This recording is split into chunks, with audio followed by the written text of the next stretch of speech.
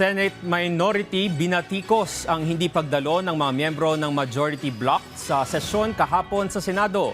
Git nila tila pag-iwan ito sa kanilang tungkulin. Si Bernard Ferrer sa sentro ng balita. Hindi Senate independence kundi boycott of duty.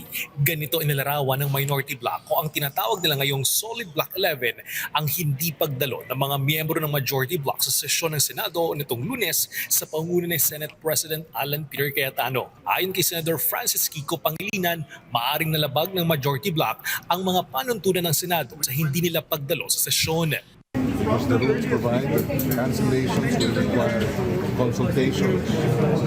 Walang consultations.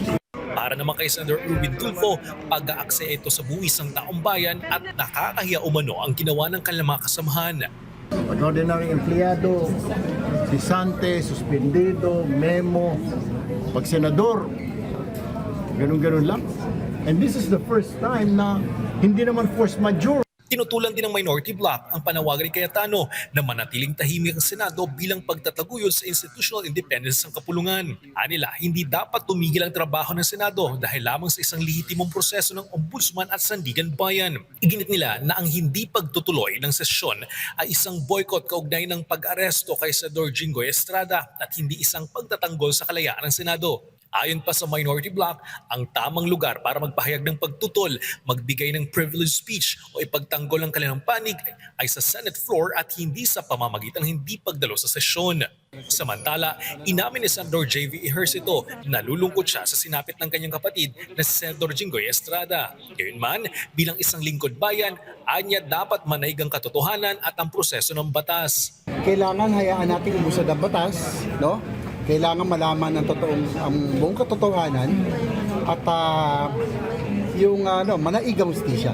Nauna nang hinamon ni Cayetano ang Minority Bloc na ipakita ang pagtatanggol sa kalayaan ng Senado matapos maglabas ang Sandigan Bayan ng warrant of arrest laban kay Estrada kaugnay ng kasong plunder na may kaugnayan sa umano'y irregularidad sa flood control projects. Ayon pa sa minorya, may karapatan ng publiko na magtanong kung nauulit ba ang mga naging issue sa pamumuno ng Cayetano noon sa Kamara dahil sa pagpigil sa mga paglilitis at pagtakbo ng mga proseso kapag hindi tiyak ang suporta ng mayorya.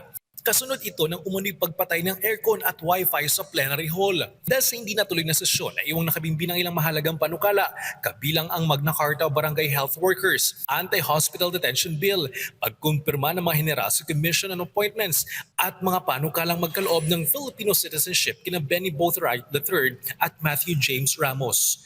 Bernard Ferrer para sa Pambansang TV sa Bagong Pilipinas.